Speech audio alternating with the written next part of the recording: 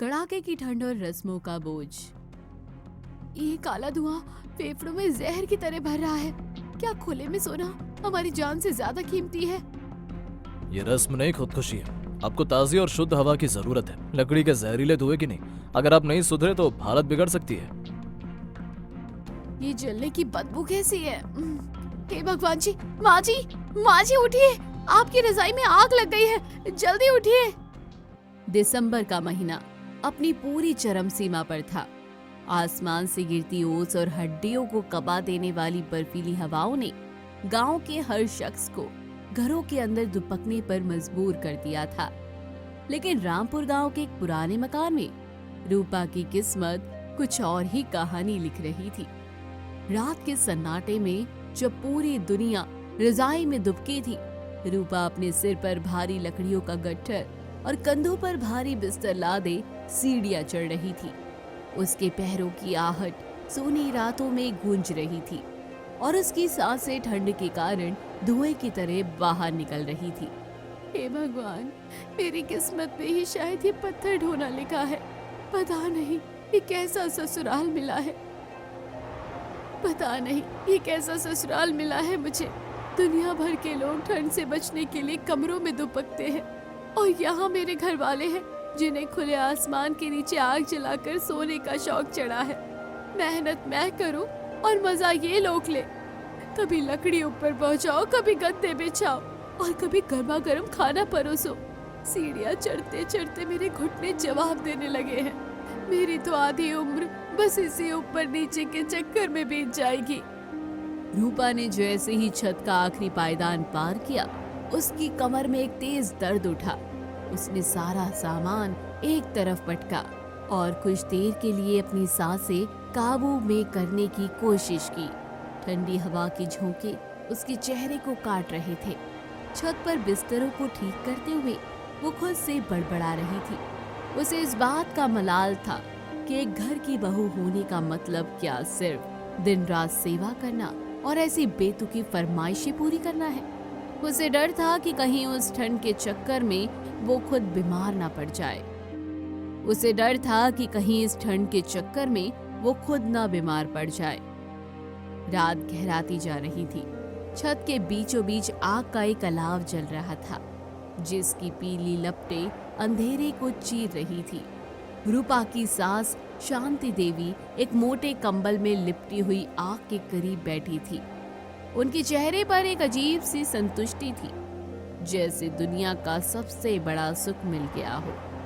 तभी हवा के तेज झोंके ने आग की लपटों को थोड़ा धीमा कर दिया। शांति देवी की नजर तुरंत उस कम होती आंच पर गई और उनकी भ्रुकुटियां तन गई।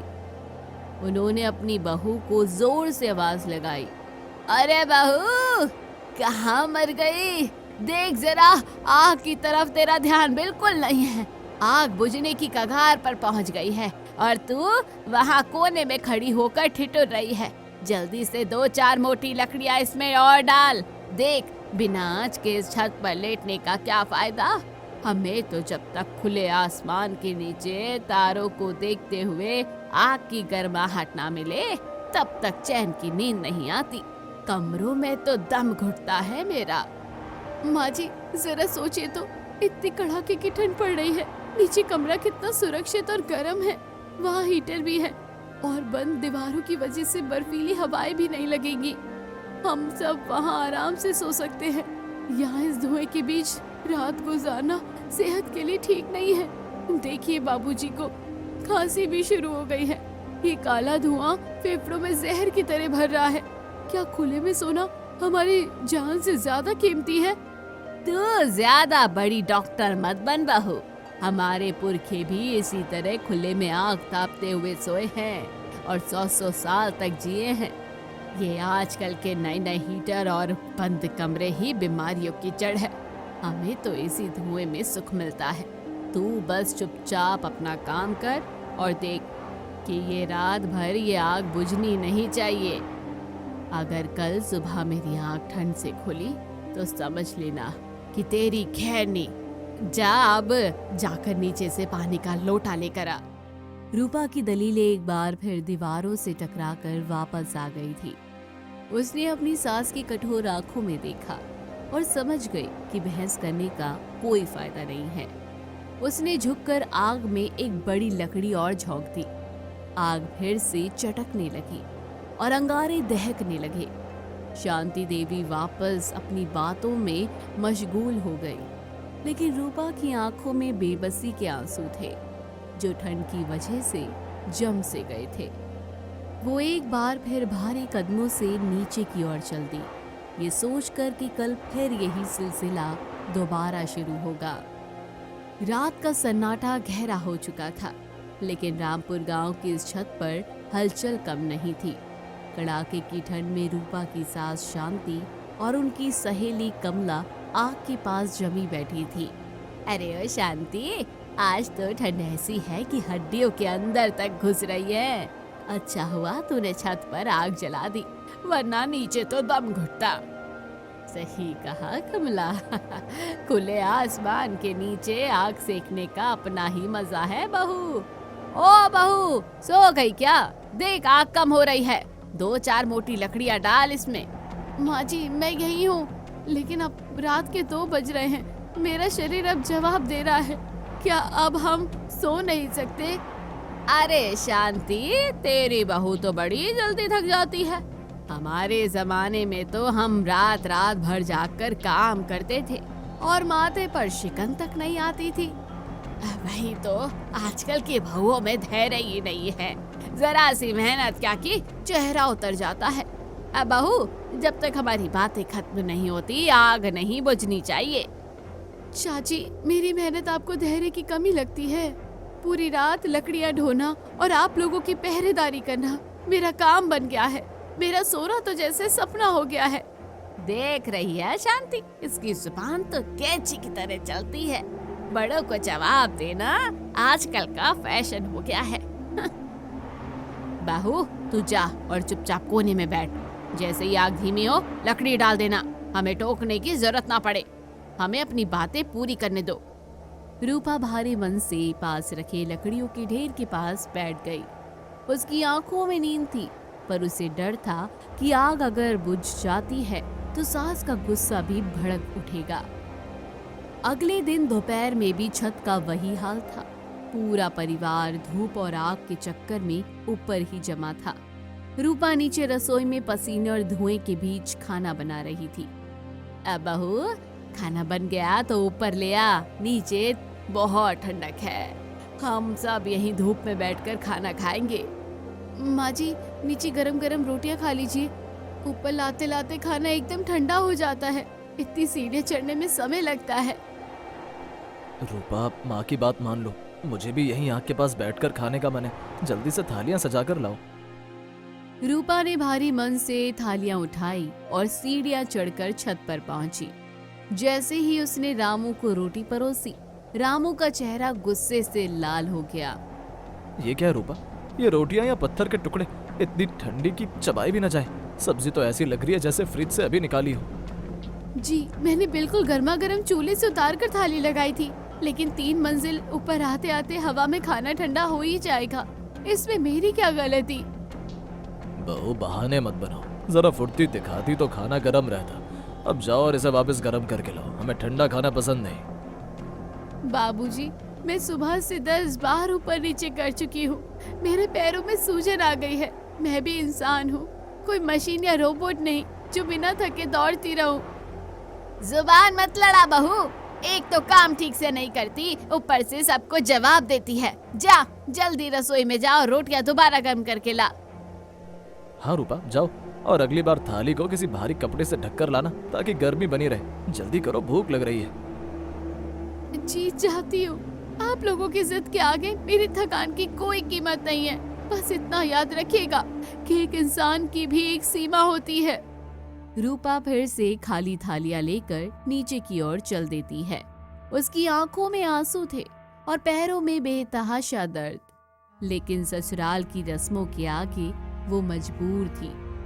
रामपुर गांव में सर्दी का प्रकोप बढ़ता जा रहा था। रूपा के ससुर बाबूजी को लगातार उठने वाले धुएं के कारण तेज खांसी होने लगी थी। उनकी छाती में भारीपन और सांस लेने में तकलीफ बढ़ गई।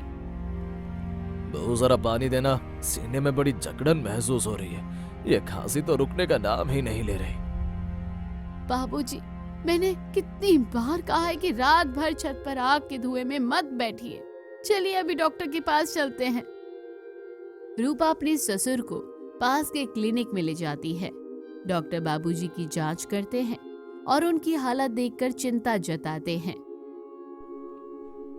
बाबूजी, आपको अस्थमा की शिकायत है। इस उम्र में धुएं और प्रदूषण से दूर रहना आपके लिए बहुत जरूरी है, वरना फेफड़े काम करना बंद कर देंगे। डॉक्टर साहब, ये तो बुढ़ापे का असर है। हम तो सालों से छत पर आग जलाकर सोते आए हैं। ये तो हमारी रस्म है। बहू तो बस हमें रोकने के बहाने ढूंढती है। ये रस्म नहीं, खुदकुशी है। आपको ताजी और शुद्ध हवा की जरूरत है, लकड़ी के जहरीले धुएं की नहीं। अगर आप नहीं सुधरे तो हालत बिगड़ सकती है। डॉक्टर की बात का घर वालों पर भी कोई असर नहीं हुआ। अगले दिन धूप में बैठी शांति देवी और उनकी सहेली कमला को पड़ोस की एक महिला ने टोक दिया। अरे शांति, तुम दोनों का चेहरा इतना झुलसा हुआ और काला क्यों लग रहा है? क्या तुम दोनों आजकल भट्टी के पास काम कर रही हो? क्या मैं काली हो रही हूँ? कमला, देख तो जरा शीशे में, क्या वाकई मेरा रंग दब गया है? मैं तो परसों ही पार्लर जाकर फेशियल करा के आई थी। हाँ बहन, सच में तुम्हारे गालों पर काली परत जम गई है। मेरा अपना चेहरा भी राख जैसा लग रहा है। ये क्या हो रहा है? माँ जी, मैं तो महीनों से चिल्ला रही हूँ। रात भर आग की तपन और धुआं आपकी त्वचा को जला रहा है। सुंदरता चाहिए तो छत पर सोना छोड़ दीजिएगा। चुप कर बहू, तू तो बस हमारे मजे में खलल डालना चाहती है।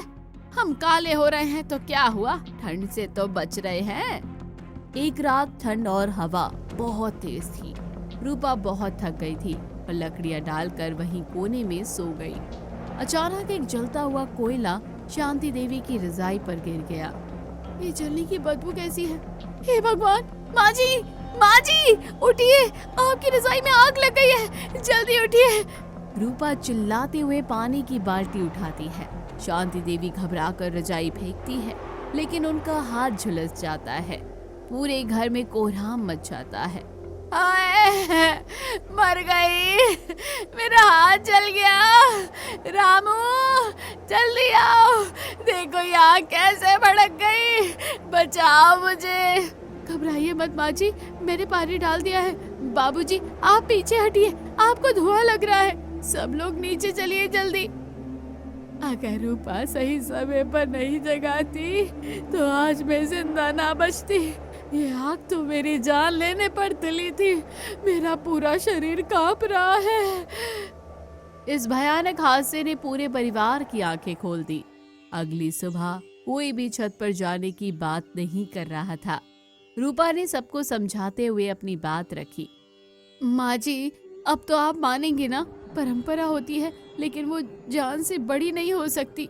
छत पर आग जलाकर सोना हम सबके लिए जानलेवा साबित हो रहा था। बहू ठीक कह रही है। कल जो हुआ वो एक सबक था।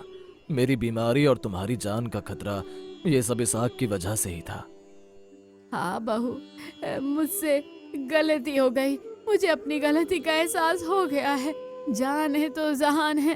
अब से कोई छत पर नहीं आग जलाएगा। हम नीचे कमरे में सुरक्षित सो जाएंगे। रूपा, हमें माफ कर दो। हमने तुम्हारी बातों को हमेशा अनसुना किया। आज से घर के नियम बदलेंगे। अब छत वाली आग हमेशा के लिए बंद। रामपुर के उस घर में अब शांति थी। रूपा खुश थी क्योंकि उसके परिवार ने आखिरकार समझदारी का रास्ता जो चुन लिया था। अब सर्दी में आग की तपन नहीं, बल्कि अपनों का साथ और सुरक्षा सबसे ऊपर थी। और कहानी भी यही खत्म होती है। तो दोस्तों, कैसी लगी आपको ये कहानी? कमेंट बॉक्स से जरूर बताइए। चैनल को अभी तक सब्सक्राइब नहीं किया तो जल्दी जाकर कर लीजिए।